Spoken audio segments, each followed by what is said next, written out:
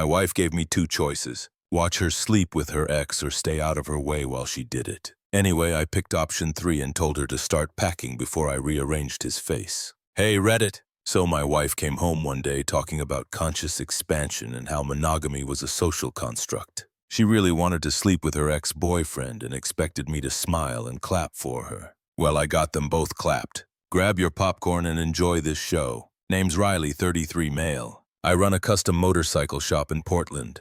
We build bikes, do restorations, handle repairs. I manage the crew, work on the builds myself, and make sure 6 guys don't kill each other during busy season.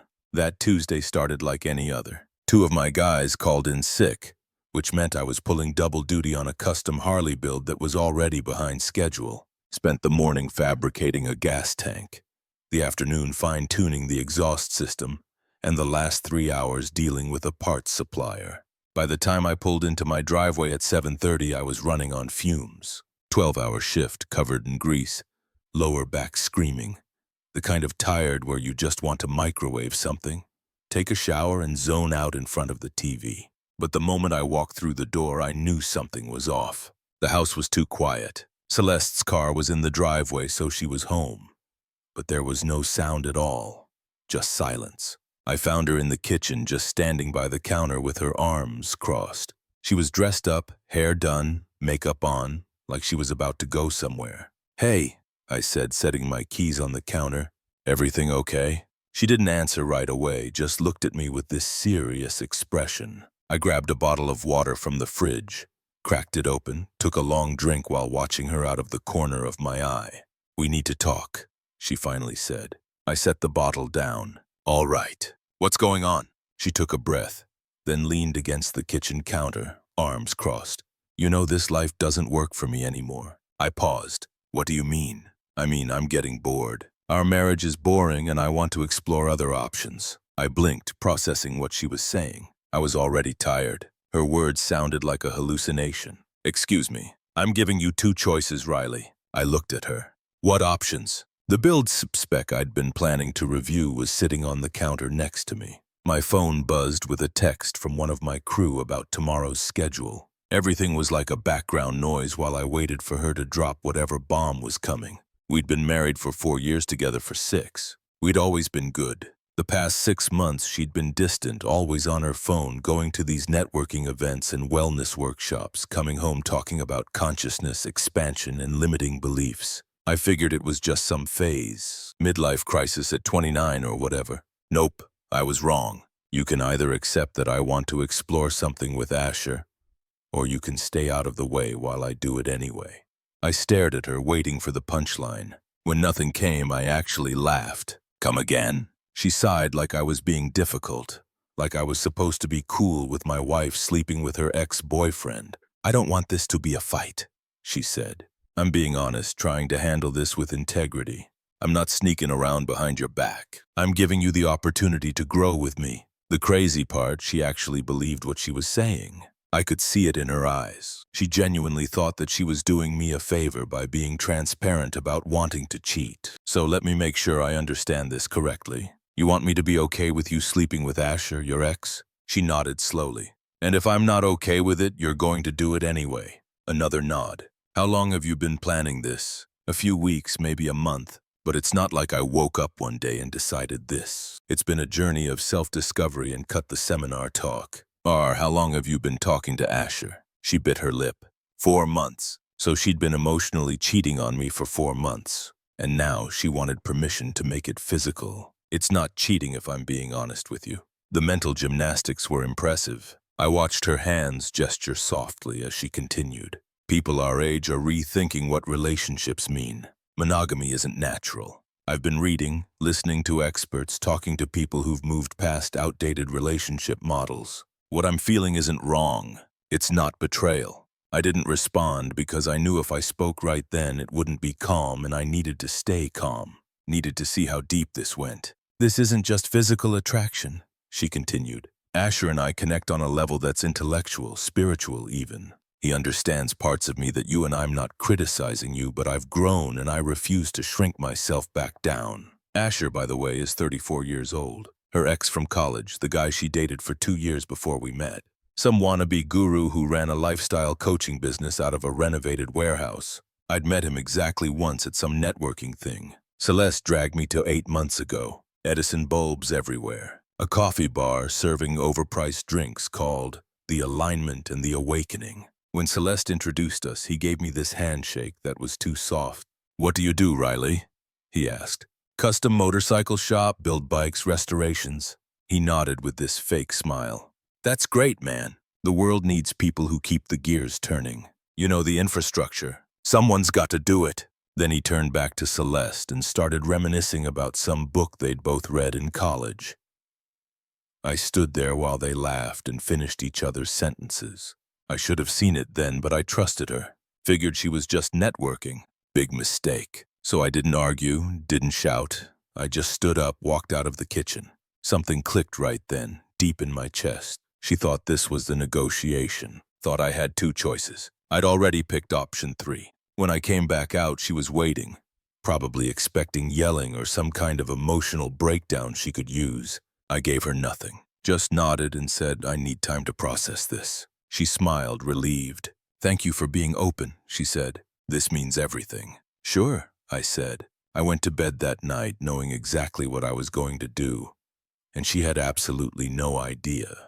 Over the next week, Celeste treated me like a rehabilitation project. She'd leave articles open on our shared iPad about open relationships and modern relationship structures. Send me links to podcast episodes with titles like Transcending Jealousy and Reclaiming Sexual Autonomy. She even printed out a success story about some couple in Seattle who'd opened their marriage and claimed it saved them. "If you truly love me, you'll support this," she said one morning.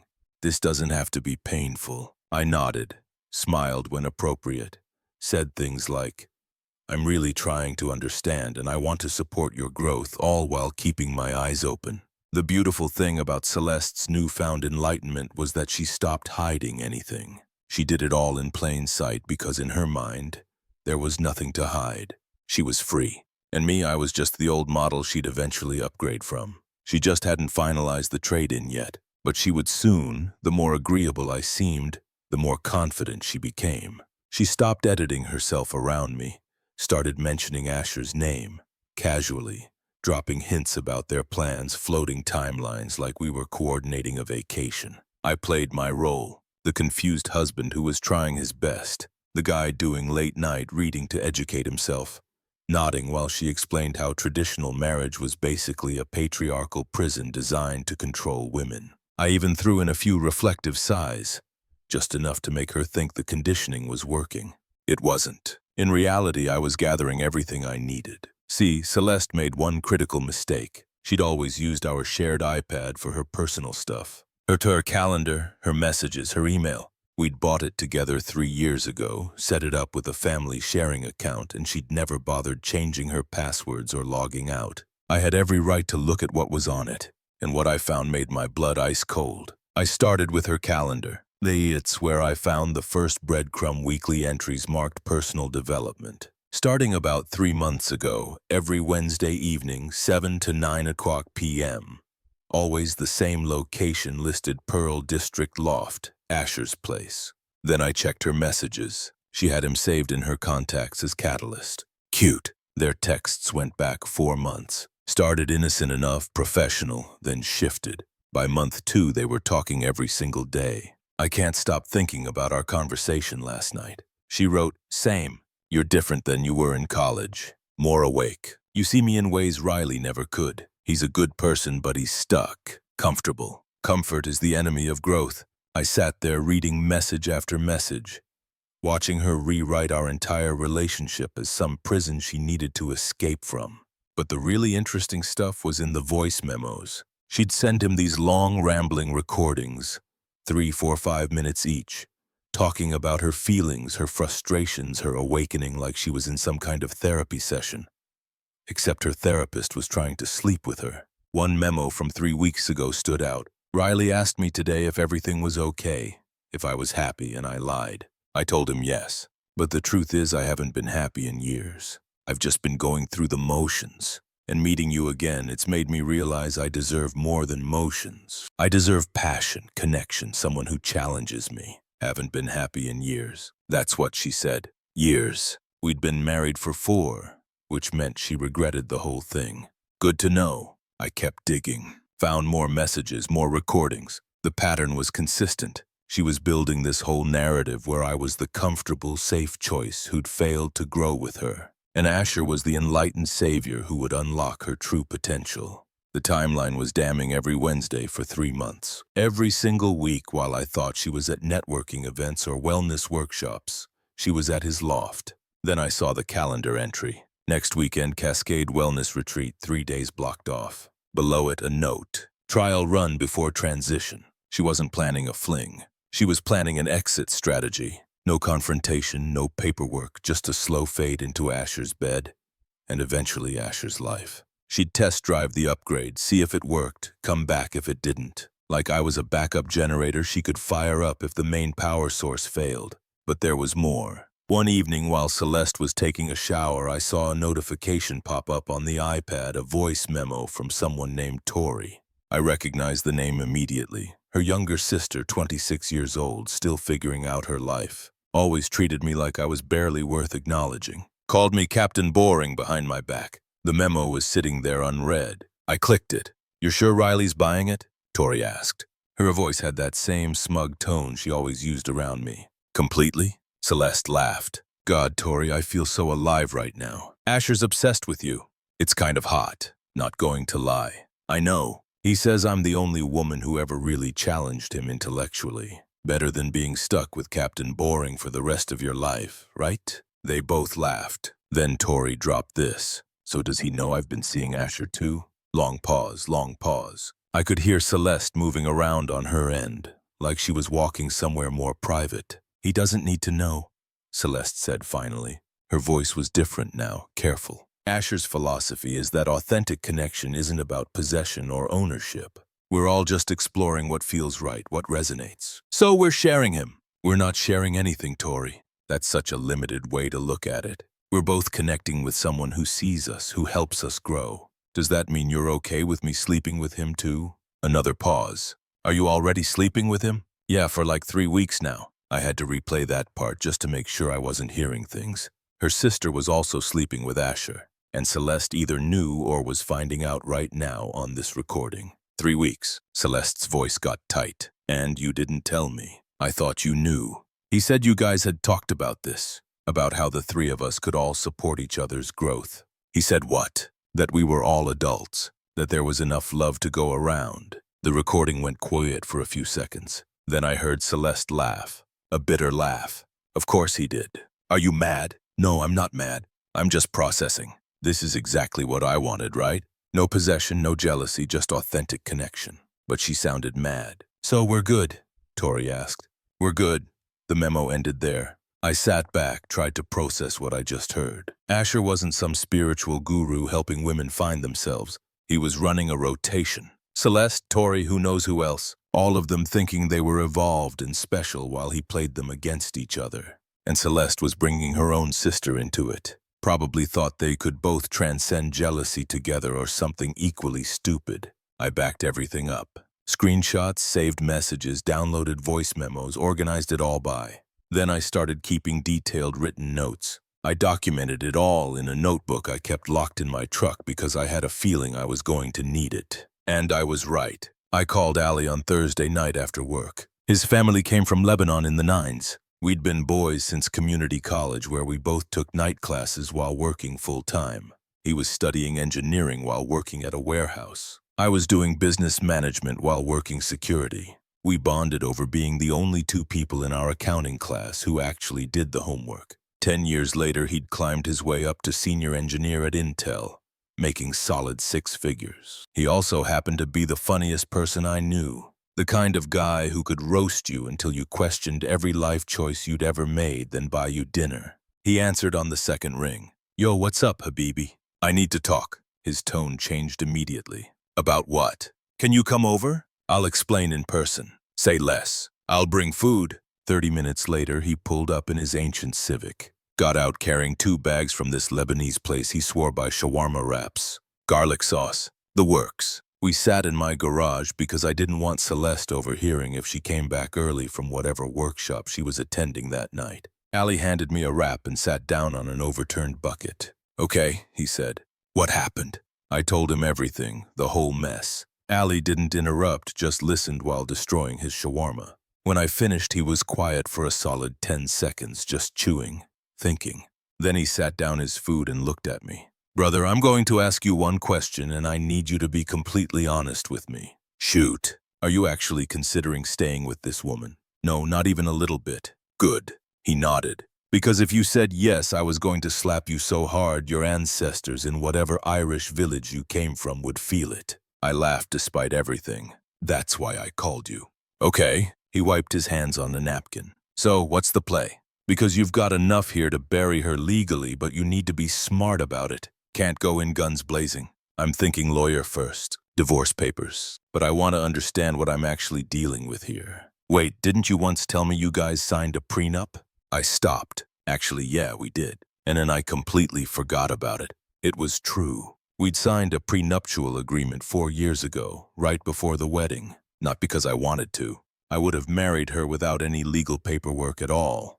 But Celeste insisted on it. The irony wasn't lost on me. Her parents had money. Her grandmother had passed a few years before and left her a trust fund, maybe $90,000.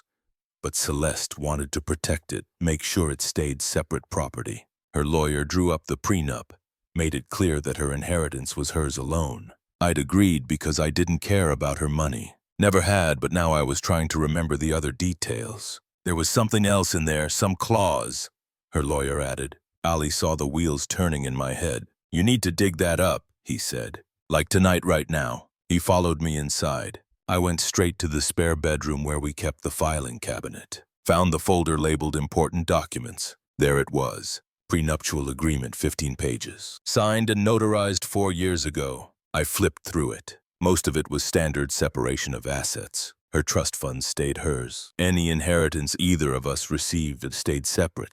Joint bank accounts would be split 50-50. Then I hit page 8, Infidelity Clause. My heart started pounding. I read it out loud. In the event that either party engages in extramarital relations during the course of the marriage, the faithful party shall retain full ownership of the primary residence, any vehicles purchased jointly, and all furnishings and assets acquired during the marriage. The unfaithful party forfeits all claims to said assets and shall be responsible for their own legal fees in the divorce proceedings. I looked at Ali. He was grinning. "Brother," he said, "she's cooked. She doesn't remember it." I said, "I'm sure of it. She hasn't mentioned it once." "Even better." Ali stood up. "Okay, here's what we're doing. You're calling a lawyer tomorrow. First thing, you're dropping this on her like a nuke." "What about Asher? He needs to know this is coming too." "You want to tell him yourself?" "No, I want someone else to tell him. Someone who has skin in the game." Ali thought about it. "He's got a girlfriend, right?" I explained what I'd found while digging through Asher's social media. He wasn't married, but he'd been dating some woman named Haley for 2 years. She was completely clueless about Asher's lifestyle coaching business. Ali's grin got wider. "Oh man, this is going to be beautiful. You're going to blow up his whole operation." "That's the idea." We spent the next hour planning. Ali had this way of turning everything into a tactical operation, breaking it down into steps, contingencies, backup plans. By the time he left at midnight, I had a clear roadmap. Step 1, consult a divorce attorney. Get the prenup reviewed. Step 2, document everything. Build an airtight case. Step 3, let Celeste go on her little retreat to Asher's cabin. Let her think she's winning. Step 4, serve her papers the day she gets back. Step 5, watch the whole house of cards collapse. I met with a lawyer Friday morning. Guy named Klein, mid-50s, had this calm, measured way of speaking that immediately put me at ease. I showed him everything. The prenup, the screenshots from the iPad, my written notes, the timeline. He read through it all carefully. Didn't rush. Took his time with each piece of evidence like he was building something in his head. Then he looked up at me. "You've documented everything legally. The prenup is ironclad and she's been openly admitting to the affair in writing. So I'm good." "You're better than good. With this infidelity clause, she's going to walk away with basically nothing." "What about her inheritance?" The money from her grandmother that was protected in the prenup is separate property. She keeps that, but everything else. He gestured at the documents. You're going to be fine. I was relieved. How long will this take? In Oregon, there's a waiting period, but with her cooperating or not cooperating, we can have this finalized within a few months, especially if she doesn't contest it. She's going to contest it. He smiled.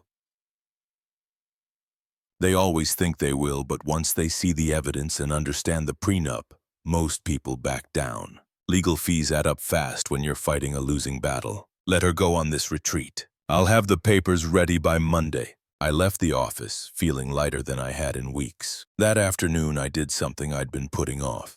I reached out to Haley, Asher's girlfriend. Found her on social media. Sent her a simple message through Instagram. Hi, Haley. You don't know me, but I have information about Asher that you deserve to know. Can we talk? She responded within an hour. Who is this? Someone in a similar position. I'll let you decide what to do with the information. But you should have it. She agreed to meet me for coffee on Saturday morning. I brought some printouts. Haley seemed genuinely kind, which made this harder. I didn't editorialize, just showed her the evidence and let her draw her own conclusions. She went pale, didn't cry, just stared at the pages for a long time. How long? She finally asked. At least 4 months, that I can confirm. Maybe longer. She nodded, folded the papers, looked at me. Thank you for this. I know it couldn't have been easy. I'm sorry you're going through it. She laughed bitterly. You know what the funniest part is? He's always talking about authenticity and transparency. That's his whole brand. And he's been lying to both of us this entire time. She stood up, straightened her jacket like she was preparing for battle. I'm ending it today, and I'm making sure everyone who takes his workshops knows exactly who he is. I didn't respond, just nodded. Allie's words echoed in my head. Watch everything burn. It was already starting. Celeste left for her retreat on Friday evening. Packed her bag like she was heading to a spa, yoga pants, athletic wear, her expensive skincare products. She kissed my cheek on her way out.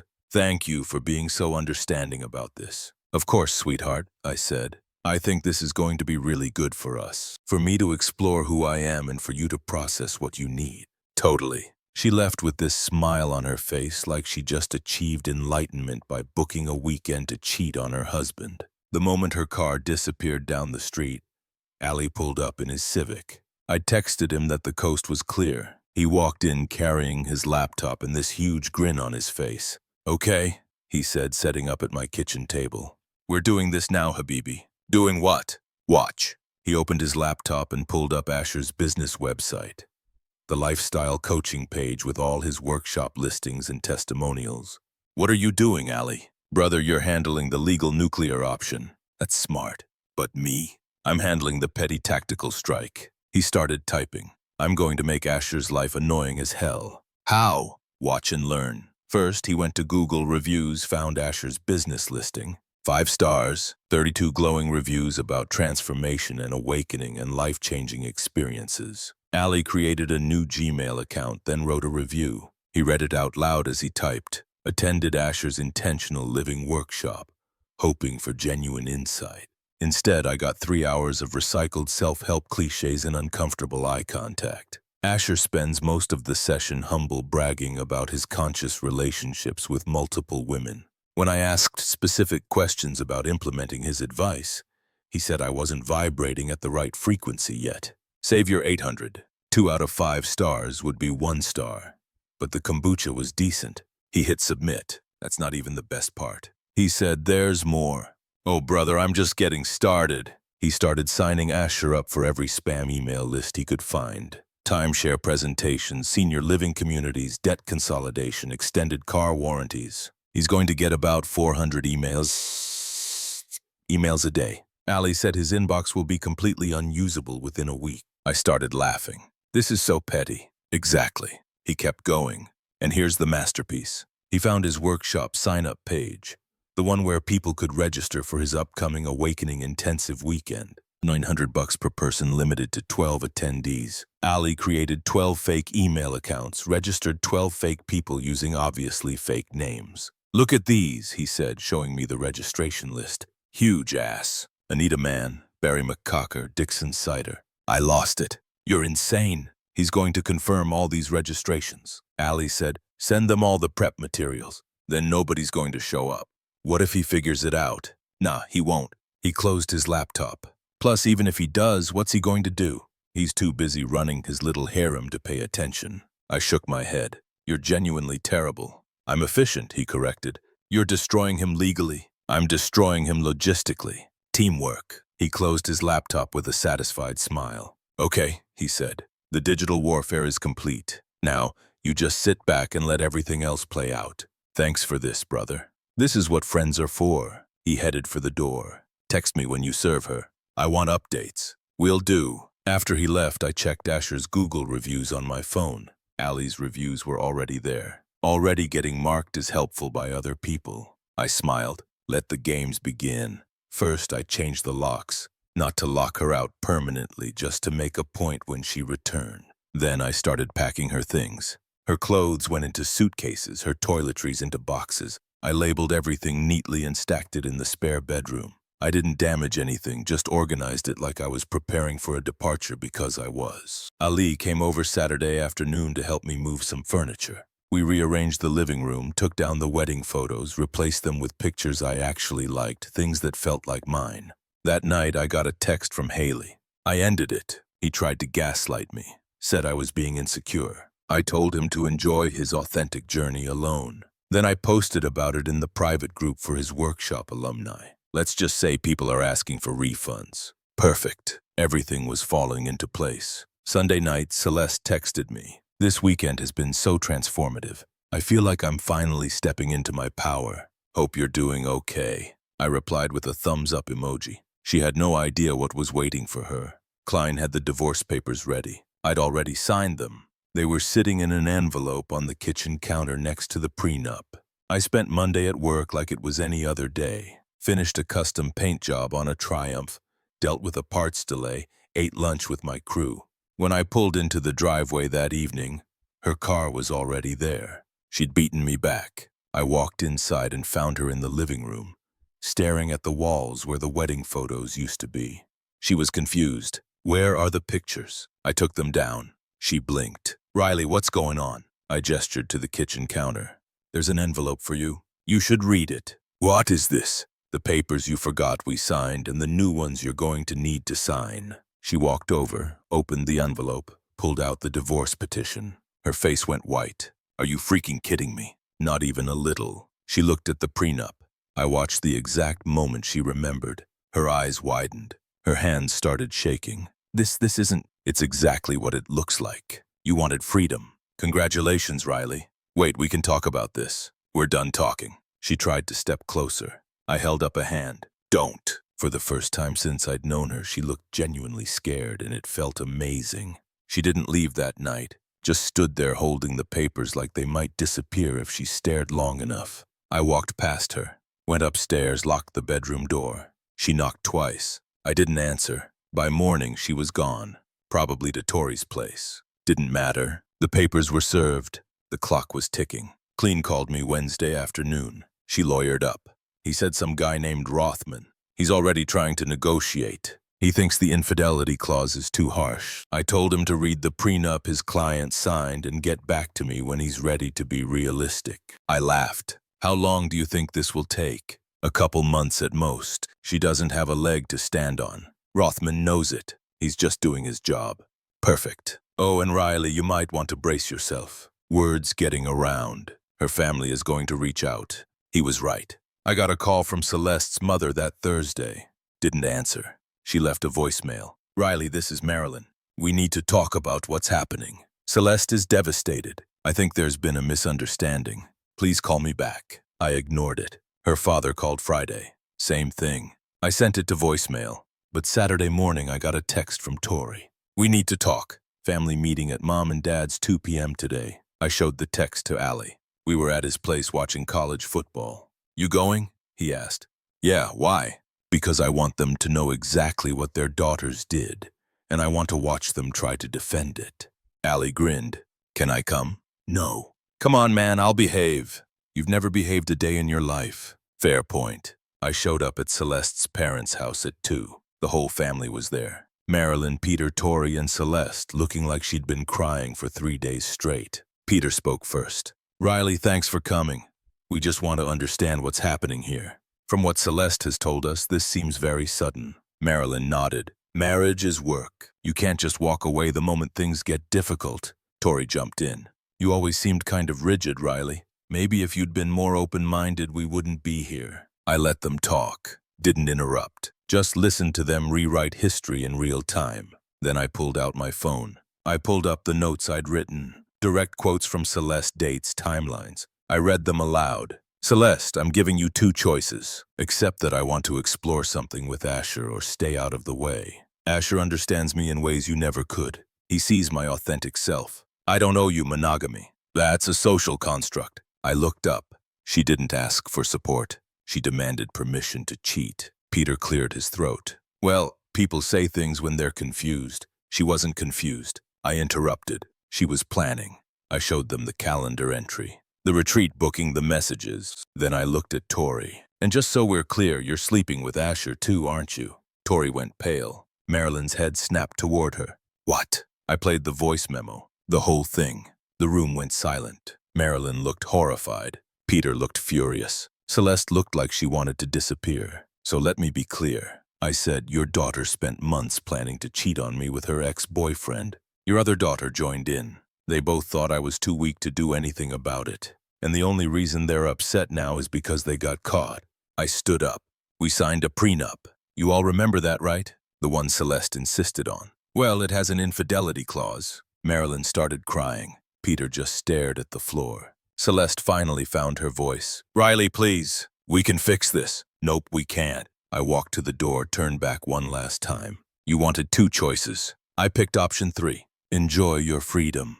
As I left, I heard Celeste sobbing. Tori trying to explain, her parents demanding answers. I got in my truck and drove away. Allie called me 5 minutes later. How'd it go?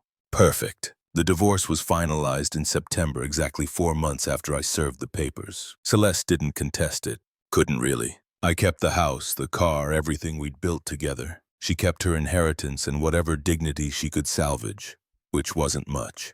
Asher's business imploded. Haley's post in the workshop alumni group spread like wildfire. Turns out a lot of his former clients had similar stories. By July, he'd shut down the coaching practice and moved to Arizona. Celeste moved back in with her parents. Last I heard, she was working remote customer service and posting vague things on social media about healing and self-discovery. I didn't follow her, didn't care. I was done. Life got better. Work got easier. I started dating again. Nothing serious, just living. Ali remained convinced the whole thing was the funniest saga he'd ever witnessed. He told the story at parties like it was comedy material. Everything was fine until October. I was home on a Friday night. Ali was over. We were playing video games and talking trash like usual. Then someone started pounding on my door. Loud, aggressive. Ali paused the game. You expecting someone? No. The pounding continued. Then I heard her voice. Riley, I know you're in there. Celeste. She sounded wrecked, slurring. Definitely not sober. Oh, this is going to be good, Ali said. Standing up, I opened the door. Celeste was standing on my porch in sweatpants and an oversized hoodie. Hair a mess, eyes red. She looked like she'd been crying for hours, and she was holding an empty bottle. We need to talk, she said, swaying slightly. No, we don't. Yes, we do. You ruined my life. Ali appeared behind me. Technically, you ruined your own life. He just documented it. She pointed at him. Who the heck is this? I'm Ali, Riley's best friend. He paused.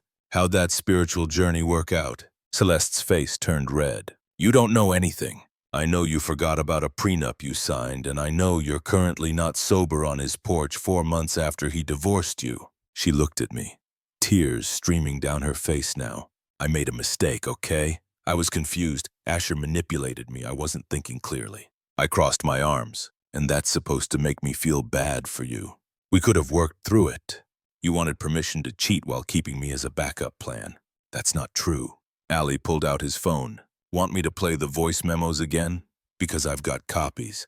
Celeste lunged forward. I stepped between them. You need to leave. I have nowhere to go. You have your parents' house. Everyone's sick of me. My friends won't talk to me. Tori won't talk to me. Asher moved away, and you just moved on like I never existed.